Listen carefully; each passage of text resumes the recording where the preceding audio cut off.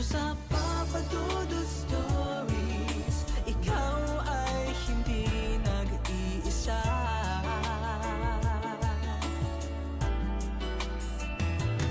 Dito sa Papa Dudut Stories, may nagmamahal sa'yo. Papa Dudut Stories, Papa Dudut Stories. Dear Papa Dudut, sa lahat po ng mga nakatutok ngayon, huwag kalimutan na mag-like, mag-share at mag-subscribe. Masakit isipin na merong mga relasyon ang nasisira dahil lamang sa hindi mo siya mabigyan ng anak. Yung mas pinili niyang talikuran ang kanyang sariling asawa para sumama sa ibang babae na makapagbibigay sa kanya ng anak. Oo, isa ako sa mga nakaranas noon. Pero bago ang lahat, ay gusto ko lang malaman mo ng iyong programa ang isa sa mga dahilan kung bakit ako naging active sa YouTube.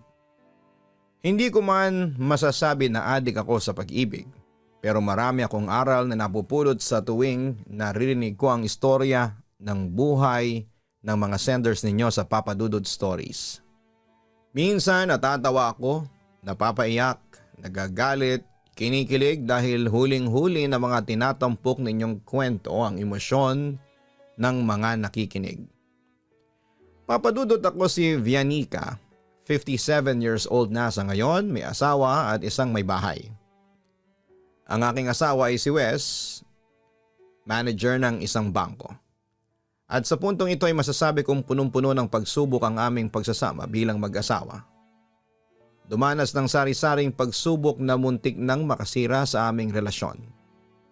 Kaya ako sumulat sa programa mo ay para ibahagi ang aming kwento, lalo na sa mga mag-asawang dumaranas ngayon ng problema sa kanilang relasyon. Kung paano namin hinarap ni Wes ang mga pagsubok at paano namin napagtibay ang aming relasyon. Bilang mag-asawa, despite of it, alam kong magsisilbing aral sa nakararami ang kwento naming ito. Papadudot nang may kasal kami ni Wes, dalawa ang pangarap po namin. Una, tumagal at sumibol ang aming relasyon hanggang sa kamatayan. Till death do us part, ika nga. Pangalawa ay magkaanak kaming dalawa at maging mabuting magulang sa pamamagitan ng pagbibigay ng magandang buhay sa aming mga anak. Walang naging problema naman sa aming dalawa ni Wes pagdating sa unang pangarap. Pero sa pangalawa, mukhang meron. Sumapit ang aming ikatlong anibersaryo pero wala pa rin kaming naging anak. Nagtiyaga kaming mag-asawa. Sinubukan namin ang lahat ng posibleng paraan kahit na ang pag-aalay ng isang tray ng itlog at pagsayaw sa pista ng Santa Clara sa Obando, pero wala. Hanggang sa dumating ang araw na naramdaman ko na ang pagkainip ng aking asawa. Tulad na lamang isang araw, medyo nakaramdam kami ni Wes ng excitement dahil 2 weeks na akong delayed. Maski ako, isa lang ang pinapanalangin ko noon, ang mag-positive na ako. Ano, Bianica? Kanina ka pa dyan sa CR, bilisan mo. Mahuhuli tayo sa simbang gabi, wika ni Wes habang kumakatok sa pinto ng banyo. O na, sandali lang, wika ko sa kanya. Alam mo naman kailangan nating makumpleto ang simbang gabi para matupad na ang hiling natin na magkaanak, pagpapatuloy ko sa aking asawa. Nasa banyo ako noon para maligo at para mag-pregnancy test. Ngunit nakaramdam ako ng araw na yon nang makita kong nag-negative yon. Kahit na malungkot, lumabas pa rin ako ng banyo para sabihin kay Wes ang totoo. Ano, Vianica, positive na ba? Magkakaanak na ba tayo? Excited na kasi akong maging tatay eh. Wika ng aking asawa. Bakas na bakas ko sa kanyang mga mata ang sobrang pananabik. Huminga ko ng malalim bago nagsalita. Sorry Wes, pero negative ang resulta. I'm so sorry hon. Malungkot kong pagtatapat sa kanya. Unti-unting nagiba ang reaksyon ng mukha ng asawa ko. Tila ba na frustrate sa aking binalita sa kanya. Bakit wala pa? Paanong nangyari yun? Vianica, 3 taon na tayong kasal pero wala pa rin. Ano bang problema? Baka naman pinipigil mo. Agad naman akong tumutol sa kanyang sinabi. No Wes, bakit ko naman pipigilin? Maski ako gusto ko na rin magkaanak tayo. Vianica, importante sa akin ang magkaanak. Deklara ng aking asawa at sa puntong yon Papa Dudut ay nakaramdam ako ng takot. Paano na lang kung baog pala ako? E di siguradong iiwan ako ng asawa ko. I know, I'm so sorry. Hindi ko na napigilang umiyak. Sa kabilang banda ay nakaramdam naman ng guilt si Wes at pinakalma ako. No, ayos lang sa akin yun. Pwede pa naman nating ulitin. Hindi ayos sa'yo. I can feel it. You're frustrated with me. Patuloy pa rin ako sa pag-iyak. Okay, inaamin ko hindi talaga ayos sa akin. Vianica, oo mahal kita pero gusto ko magkaanak. Gusto kong maging ama. Don't worry Vianica, bukas na bukas din pupunta tayo sa doktor. Seryosong sabi ni Wes sa akin. For what? Para alamin kung ano ba talaga ang problema kaya hindi tayo magkaanak. You know what? I'm suspecting you na baka baog ka. Sabi ni Wes na disappointed. Hindi ako baog. And I'm sure of it, insist ko. Although kinakabahan na ako ng mga oras na yon. Kaya nga tayo pupunta sa doktor para malaman kung ano ang dapat gawin Yung mga dapat mong kainin para mabuntis ka. You know what? Handa akong gawin ng lahat kahit na mag-aral pa ng Kama Sutra. O kahit na anong sexual position. Basta mabuntis ka lang. Paliwanag pa ng aking asawa. Nagbuntong hininga ako bago nagsalita. Wes, kung sakaling baog ako, hihiwalayan mo ba ako? Hindi sumagot si Wes at sa halip ay pumunta na siya sa aming kwarto para magbihes. Habang ako naman ay naiwan lang sa isang sulok. Naiiyak dahil sa takot na baka isang araw ay magising na lamang ako na wala na sa tabi ko ang aking asawa. Anyway, nakaramdam ako ng sobrang guilt noon nung makita ko ang reaksyon ng aking asawa. Alam kong sobrang frustrated ang asawa ko sa akin. Boyfriend ko pa lamang siya ay pangarap na niyang magkaanak at maging isang ama. Kaya naman sobra akong nasasaktan dahil pakaramdam ko ay wala akong kwentang asawa. Dahil naman sa pagnanais naming magkaroon ng anak ay kumonsulta kami sa doktor. Doon ay nalaman namin ang katotohanan kung bakit kami hindi magkaanak ni Wes. Dok, may resulta na po ba sa sinagawa ninyong test sa amin? May posibilidad po ba na magkaanak pa kami ng misis ko? Tanong ni Wes sa doktor na sumuri sa akin. Mr. Narvaez, ayon sa resulta ng sinagawang test sa inyong asawa, natuklasan ko na walang problema sa inyong reproductive system. They are functioning well. Kumpleto ang sperm count ninyo pero sa inyo, Mrs. Narvaez, meron tayong problema. Pag-amin pa ng doktor. Nang marinig ko yon Papa Dudut, agad akong nanlumo. Talaga Dok? Ano yun? Tanong ko sa kanya. Merong problema sa matris ninyo, Mrs. Narvaez. Mahinang pundasyon, especially the cervix area. And aside from that, your eggs are also abnormal and weak. Ayoko mang sabihin ito sa inyo pero may hirapan tayo sa pagkakaroon ng anak, Mrs. Narvaez. Paliwanag pa niya. Lalo ako nanlumo sa aking narinig. Diyos ko. Ang sabi niyo sa akin gusto niyo magkaanak. Yun nga lang, the results are clear. Kung hindi kayo satisfied, you may opt for a second opinion from another doctor. Rekomendasyon ng aming doktor. Wala po bang gamot para magkaanak kami ng misis ko? Halata na sa asawa ko ang desperasyon.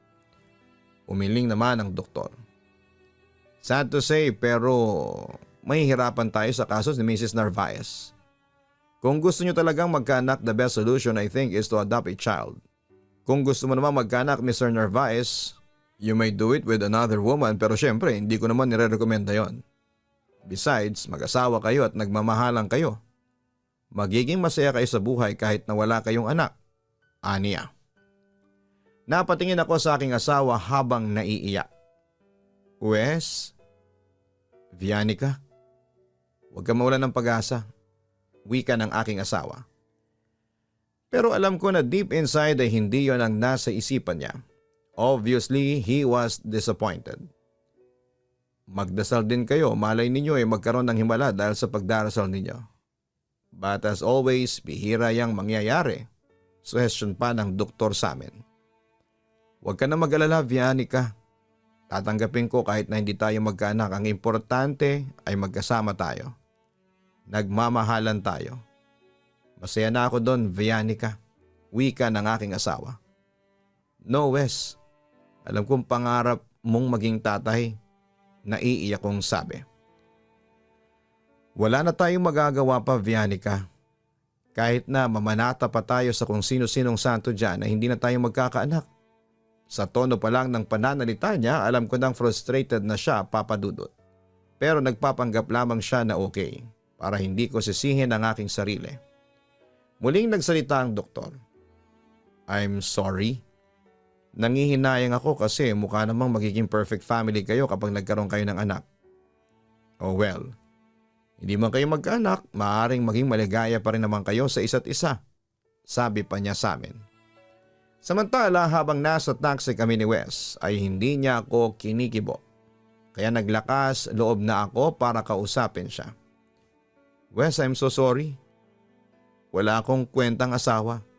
Hindi kita kayang bigyan ng anak, wika ko. Wala na tayong magagawa, kailangan ko na lang tanggapin ang katotohanan. Seryosong wika niya. Ngayong alam mo nang hindi tayo magkakaanak, mahal mo pa rin ba ako? Diretsang tanong ko sa kanya. That time ay hinanda ko na ang sarili ko kung ano ang isasagot niya sa akin. Panahon ng makapagsasabi, Vianica. Yun lamang ang kanyang sinabi sa akin. Pagkatapos noon ay hindi na siya nagsalita pa hanggang sa makauwi na kami. Nang makauwi na kami agad siyang dumiretso ng kwarto at nagsarado ng pinto. Maghapon siyang nagkulong doon habang ako naman ay nakaupo lamang noon sa sala. Umahagulhol dahil sa sobrang sakit ng aking nararamdaman. Papadudot halos gumuho ang mundo ko noon nang malaman kong baog ako. Sobrang guilt ang nararamdaman ko. Pakiramdam ko ay napakawalang kwenta kong asawa dahil hindi ko siya mabigyan ng anak. Dahil sa akin ay hindi na matutupad ang pangarap ni Wes. Simula noon ay unti-unti nang nagbago si Wes sa pakikitungo sa akin. Madalas siyang umuwi ng lasing. At kung kumprontahin ko naman siya ay palaging nauungkat ang pagiging baog ko. Katulad na lamang isang gabi nagulat na lamang ako na umuwi siyang lasing. Ayan ka na naman. Umuwi ka na namang lasing. Wes, ano bang nangyayari sa'yo? Saway ko sa kanya. Lantaran ko nang ipinakita sa kanya ang aking frustrations dahil sa binabaliwala na niya ang kanyang obligasyon sa akin bilang asawa. Pwede ba? Huwag kang ang pakialamera. Gusto ko na magpahinga. Galit na wika pa ni Wes. Pagkatapos ay suray-suray itong tumungo sa kwarto pero pinigilan ko siya sa pamamagitan ng paghawak sa kanyang braso. Ano ba kasing nangyari sa'yo? Tuwing gabi umuwi ka ng lasing. Paano kung may mangyari sa'yo? Pag-aalala ko. Paano hindi ako maglalasing palagi kong naaalala na hindi na ako magiging tatay? Nabigla ako sa sinabing yon ng asawa ko. Diyos ko naman Wes, hanggang ngayon pa rin ba? Yan pa rin ang iniisip mo? Hindi mo pa rin ba matanggap na hindi tayo magkakaanak? Oo, Vianica. Hindi ko pa rin matanggap na hindi tayo magkakaanak. Ewan ko ba? Bakit ko pinakikisamahan ng isang baog na tulad mo? Galit na pag-amin ni Wes sa akin. Sa puntong yon, Papadudot, ay nanlumo ako at naiyak dahil masakit sa akin ang aking narinig mula sa kanya. At ngayong nagsisisi ka na dahil ako ang pinakasalan mo? Mahal mo ba talaga ako, Wes, o pinakasalan mo lang ako dahil gusto mong magkaanak? Ano, sagutin mo ako. Ewan ko sa'yo. Nagsisimula na naman yung drama mo sa buhay. Diyan ka na nga. Sigaw niya sa akin. Pero pinigilan ko pa rin siya. Wes, ano ba? Sagutin mo ang tanong ko. Demand ko sa kanya. Sa oras na yon ay napuno na sa akin ang aking asawa. Sinabi ngang tumahimik ka Galit niya. Pagkatapos ay sinampal niya ako ng malakas sa pisngi. Nagulat ako sa ginawa ng asawa ko, Papa Dudut. Yun ang unang beses na pinagbuhatan niya ako ng kamay. Ang sama mo, Wes, ang sama mo. Napaiyak na ako sa sobrang galit sa kanya. Pero agad namang nakaramdam ng guilt si Wes. Kaya agad niya akong niyakap at humingi ng sorry. Wes, mahal mo ba ako? Umiiyak kong tanong sa kanya. I'm sorry, Vianica. Pero hindi ko sinasadyang masampal ka. Nabigla lang ako. Wika ni Wes at tila nawala ang kanyang kalasingan. Vianica, mahal na mahal kita pero pangarap kong magkaanak. Sana naman ay maintindihan mo ako. Oo, inaamin ko na ikaw ang dahilan kung bakit nabubuhay pa ako. Kaso, may kulang pa sa atin. Hindi ko alam kung ano ba itong nararamdaman ko. Kung gusto mo maging tatay, di bale pupunta tayo sa bahay ampunan. Suggestion ko. No, ayaw ko mag-ampon. Ayaw kong alagaan ng isang batang hindi ko kaano-ano. Seryosong sabi niya sa akin. Wes, tandaan mong mahal na mahal kita. At saka huwag tayong mawala ng pag-asa. Alam kong may awa sa atin ng Diyos. Bibigyan din niya tayo ng anak sa tamang panahon. Naiiyak kong wika sa kanya. Sana lang, Vianica.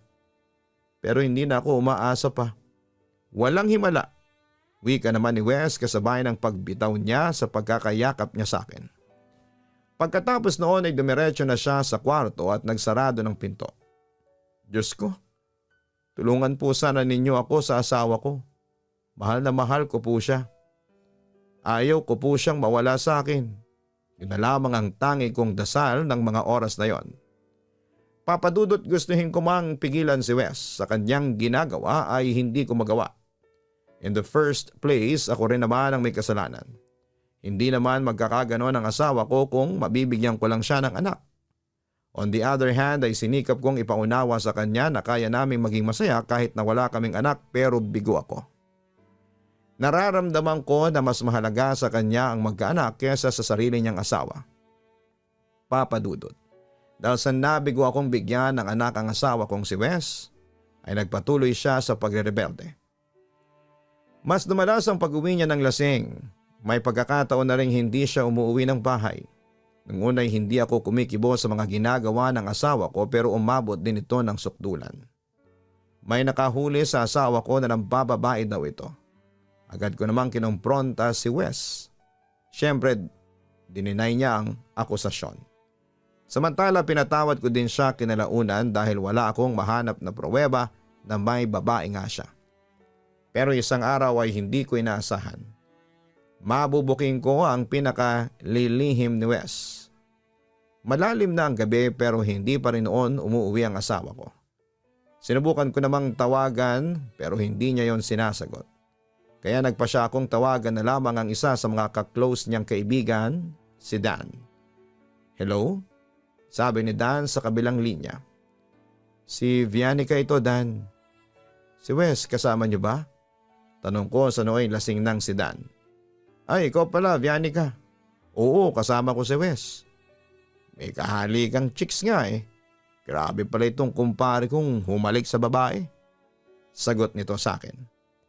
Nagpantigan-teng ako sa aking narinig. Anong sabi mo? Si Wes may kahali kang ibang babae? Agad namang na-realize ni Dan ang kanyang pagkakamali. Oops, sorry Vianica. Nasaan na kayo? Sa beer house ba? Tila nang uusig kong tanong sa kumpare ko. Aba, paano mo nalaman na nasa beer house kami ng asawa mo? Medyo sarkastiko nitong tanong dahil na rin siguro sa sobrang kalasingan. Rinig na rinig ko ang ingay. Nasaan kayong beer house? Agad namang sumagot si Dan. Huwag kang maingay ha, Vianica. Narito kami sa beer house na madalas naming puntahan dito lang malapit sa Katipunan. Malapit na malapit lang sa inyo. Sige, pupunta ako dyan. Bye.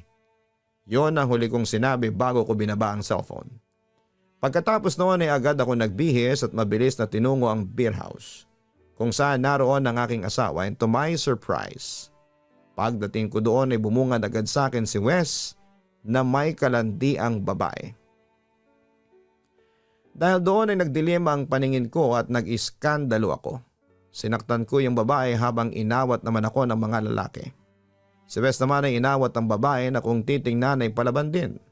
Nang mailayo ng babae sa akin ay hinarap naman ako ng aking asawa at halos kalad ka rin niya ako palabas ng beer house. "Hayop ka, Wes! Ang sama mo!" sigaw ko sa aking asawa. "Ano ba, Vianica? Tigilan mo na ang pag-iiskandalo. Nakakahiya ka kanina." Galit na wika ng aking asawa. "Wala akong pakialam. Magwawala ako dito hanggat gusto ko." "Ikaw, Wes, minahal kita. Inunawa kita tapos heto ka, magtataksil ka lang sa akin. Maaring hindi kita mabigyan ng anak. Pero kahit na pagbaliktarin mo man ang mundo, asawa mo pa rin ako," sigaw ko sa kanya. "Oo, maaring asawa kita, Vianica. Pero wala kang kwenta dahil baog ka." "Baog?" panunumbat niya sa akin. Dahil doon ay isang malakas na sampalang ibinigay ko sa aking asawa. Ngayon ko lang na-realize na kaya mo pala ako pinakasalan. Dahil gusto mo lang magkaanak at hindi dahil sa mahal mo ko. Pinagsisihan ko, Wes, na ikaw ang pinili ko bilang asawa. Kinakamuhian kita, ang sabi ko. Pero hindi nagpatinag si Wes. "Sige, Vianica, maghiwalay na tayo. Ayaw ko na sa'yo," deklara niya. "Ayaw ko na rin sa'yo, Wes. Hiwalay na tayo. Magsama kayo ng malanding babaeng yan." Halos maiyak ako sa galit ng mga oras na yon, Papa Dudut. Pagkatapos noon ay iniwan ko na ang aking asawa at mag-isa akong umuwi ng bahay. Papa Dudut, labis akong nasaktan noon nang mahuli ko sa akto ang aking asawa na nakikipaglandian sa ibang babae. On the spot ay naghiwalay kami. Wala rin naman akong magawa dahil si Wes na rin mismo ang nakipaghiwalay. Samantala wala naman akong magawa kundi tanggapin ang lahat. Simula noon ay hindi na umuwi si Wes sa aming bahay at sa halip ay sa kabit niya siya tumira. Nabalitaan ko na lang isang araw na nabuntis niya ang kabit niya. Ako naman ay hindi ko na rin nakuhang magalit sa asawa ko. Dahil in the first place, ako rin naman ang may kasalanan. Nakaramdam din ako ng kasiyahan noon dahil natupad na rin ni Wes ang magkaroon ng anak at maging tatay. Hindi na ako nagpakita sa kanya pagkatapos noon. Namuhay ako mag-isa at masasabi kong naging maayos naman ako. Nang unti-unti ko nang natatanggap na wala ng pag-asang magkabalikan pa kami ni Wes ay saka dumating ang isang pagkikitang hindi ko inaasahan. "Vianica! Vianica, wait!" Tawag ni Wes sa akin. Pauwi na ako noon sa bahay galing sa palengke. "Wes, anong ginagawa mo dito?" Gulat kong tanong sa kanya. "Bala ko sanang puntahan kita sa bahay. Kaso nakita na kita dito. Kumusta ka na?" Tanong niya sa akin. "Eto, mabuti naman. Ikaw, kumusta ka na? Si Leica nanganak na ba?" Tumango ako sa aking asawa. "Oo, nanganak na si Leica ng 1 linggo. Babae ang anak namin." "Wow, congratulations sa inyo." Bati ko na lang sa kanya. Nakita kong huminga ng malalim si Wes bago muling nagsalita. "Vianica, hiwalay na kami ni Leica." Pagtatapat niya sa akin. Tinakasan din niya ang responsibilidad niya sa anak namin, kaya hayun, sa akin ang anak namin. Pinapalagaan ko muna sa nanay ko. Siyempre, nalungkot naman ako sa balita. "Ganun ba? Nakakalungkot naman pala," sabi ko pa. Sa puntong yon ay hinawakan niya ang aking mga kamay at buong pusong nakiusap. "Pakiusap, Vianica. Bumalik ka na sa akin. Mahal na mahal kita. Alam mo bang hindi ako nakakatulog sa kakaisip sa'yo? Patawad, Vianica. Pinagsisihan ko na ang lahat ng mga ginawa ko sa'yo. Pangako at magbabago na ako." "Patawad, Wes, pero ayoko na." Malungkot kong sabi sa kanya. "Bakit? Anong ibig mong sabihin?" Muli akong nagpatuloy. "Hindi ko gustong saktan ang damdamin mo, Wes, pero buo na ang desisyon ko. Ayaw na kitang pakisamahan pa. Ayaw ko na kasing masaktan pa ulit." Vianica, I love you. Nang mawala ka sa akin, sobra akong nangulila. Doon ko na na-realize na hindi ako mabubuhay kung wala ka. Yun din ang isa sa mga kadahilanan kung bakit kami naghiwalay ni Leica. Pangungumbinsi pa sa akin ni Wes. Tumingin ako sa kanya at unti-unti akong kumala sa pagkakahawak niya sa akin. Sa palagay mo, Wes, madaling maghilom ang mga sugat na dinulot mo sa akin. Masakit yung ginawa mo sa akin. Lalo na nung iwanan mo ko dahil lang sa hindi kita mabigyan ng anak. Pinamukha mo sa akin na walang silbi ako bilang asawa. Hindi mo alam kung gaano ako nasaktan doon. Patawarin mo sana ako, Vianica. Kung gusto mo, ilumuhod pa ako sa iyo para mapatawad mo ko. Sa pagkakataong yun ay hindi na niya napigilang umiyak sa aking harapan. Wag na, Wes. Siguro ibigyan mo na lang ako ng time para makapag-isip. Hindi ko pa masasabi sa ngayon kung may nararamdaman pa akong pagmamahal sa iyo. Hindi ko alam. Ewan ko ba basta hindi pa ako handang makipagbalikan sa iyo. Humagulhol lamang ang aking asawa nang marinig niya ang aking mga sinabi. Hihintayin ko ang desisyon mo. Kung ako ang tatanungin, handa akong makipagbalikan sa iyo anytime. Magsimula tayong muli, Vianica. Maya-maya sabi niya sa akin. Sa pagkakataong yon, ako naman ang huminga ng malalim. Sige, Wes, titignan ko. Papadudot nung hinalikan niya ako noon ay wala akong nararamdaman. Nang mga panahong yon ay unti-unting nawawala na ako ng pagmamahal sa asawa ko. Samantala bagamat gusto niyang makipagbalikan sa akin ay hindi siya nakatanggap ng response mula sa akin. Pinag-isipan ko kasing mabuti kung may natitira pa akong pagmamahal sa asawa ko. Wala na, buo ng desisyon ko noon na hindi ko na siya makukuha pang mahalin. Pero papadudot hindi ko may paliwanag. Pero hindi yata umaayon ang tadhana sa mga nararamdaman ko. Simula kasi noon ay naging madalas na ang pagtatagpo namin ni Wes, mostly by accident. May pagkakataon na na-stock up kami sa elevator ng ilang oras at doon muli kaming nagkausap. Minsan ay nakasakay ko pa siya sa jeep, sa bus, maging sa MRT. At may pagkakataon ding tinulungan niya akong mahuli nang nag-snatch sa cellphone ko. Ewan ko ba papadudot bakit ganon ang tadhana. Nagpatuloy ang ganong setup hanggang sa naging magkaibigan kami. Ayos na sana ang pagkakaibigan namin nang biglang bumalik ang nararamdaman ko para kay Wes. Hanggang sa yun na nga papadudot nagka-inlovean muli kami and eventually nagkabalikan. Doon ay muli kami nagsimula, muli naming binangon ang aming naudlot na relasyon bilang mag-asawa. Hanggang sa dumating ang besperas ng Pasko ng 2012 doon nagsimula ang second chance sa aming dalawa. Buti naman at maagang uwi mo sa trabaho. Pasayang wika ni Wes sa akin. Half day lang kami. Siyempre naman, Noche Buena na mamaya. Ang bango, ano ba yung niluto mo? Tanong ko sa kanya. Niluto ko yung paborito mo, pansit bihon, paella at saka itong nabili mong braso de Mercedes sa bake shop kanina yan. And guess what, Han? Bumili din ako ng regalo para sa iyo. Heto. Pagkatapos pinakita niya sa akin ang sinabi niyang regalo at inabot yon sa akin. Wow, thank you, Wes. Ang lit naman ng box nito. Ano kaya to? Curious kong tanong. Napangiti naman sa akin ang asawa ko. Buksan mo na lang. Nagulat ako nang tumambad sa akin ang isang napakagandang diamond ring. Diamond ring para sa iyo. Simbolo yan ng renewal of vows natin bilang mag-asawa. Ang sabi pa ni Wes na natutuwa sa aking reaksyon. Talaga, naku. Pinag-ipunan mo talaga to, no?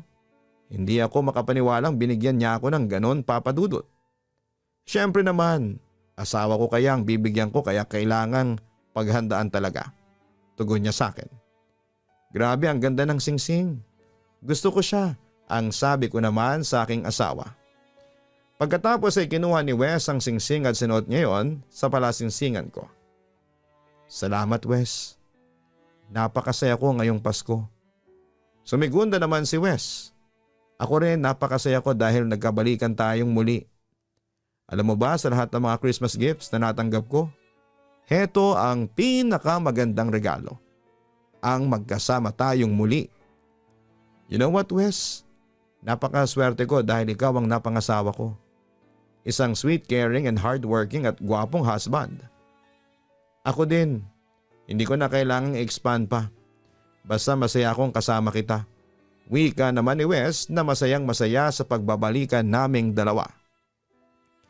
Papadudot, hindi ko akalain na magkakaroon pa kami ng second chance. Pagkatapos noon ay naging masaya na ulit ang aming pagsasama. This time kasama na ang anak ni Wes sa ibang babae na pinangalanan niyang Micaela.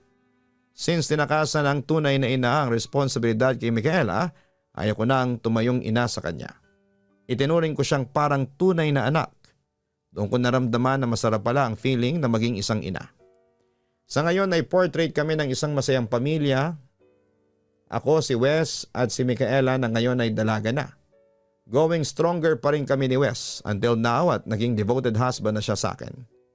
Katulad ng sinabi ko kanina, masaya na kami sa aming buhay at wala na kaming mahihiling pa. Salamat sa Diyos. Papa Dudut at sa staff ng iyong YouTube channel na Papa Dudut Stories, maraming salamat kung mapipili po ninyong i-upload ang aming kwento. Another thank you. Alam naming mag-asawa na kapupulutan ng aral ang istorya namin na nabuo, nasira at muling nabuong relasyon. More power and God bless. Lubos na nagpapasalamat, Vianica. Ang kwento ni Vianica at Wes ay maraming kapupulutan ng aral, lalo na sa pagdedesisyon ng mag-asawa. Hindi ka dapat pumasok sa sagradong matrimonyo kung ang hangarin mo lamang ay magkaroon ng anak. Ang pag-aasawa ay isang habang buhay na sumpaan, isang sagradong kontrata sa pagitan ng dalawang nagmamahalan at ang Diyos bilang saksi o witness. Ang pag-aasawa ay dapat may kalakip na totoong pagmamahalan. Yung tanggap ninyo ang isa't isa. Yung irerespeto mo siya anuman ang kanyang pagkukulang o kapintasan. Ang pag-aasawa ay isang pangako na mamahalin at sasamahan mo ang iyong katipan sa oras ng hirap o sa ginhawa.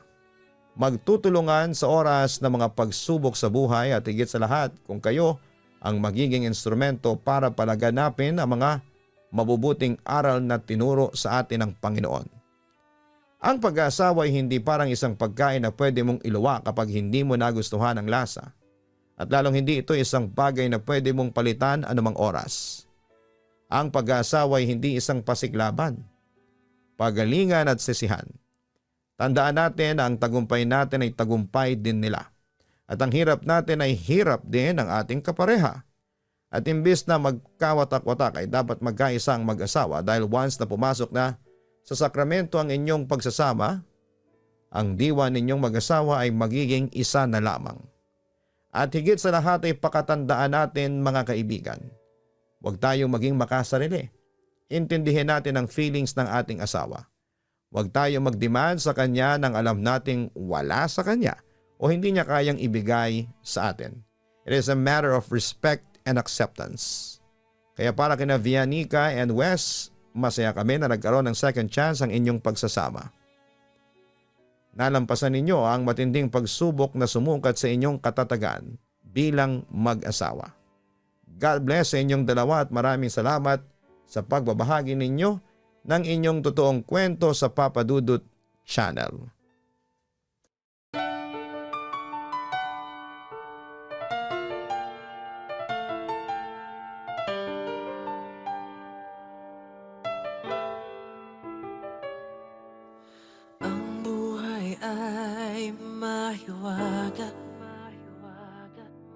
Laging may lungkot at saya sa Papa Dudut Stories. Laging may karamay ka.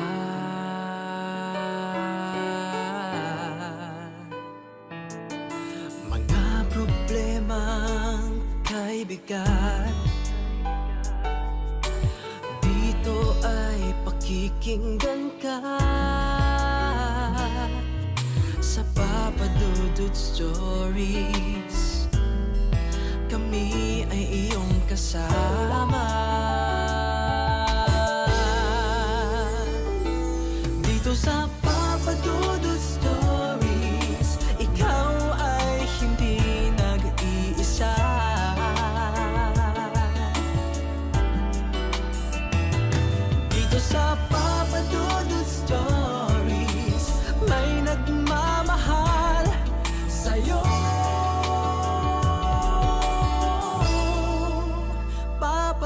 Dudut Stories. Papa Dudut Stories.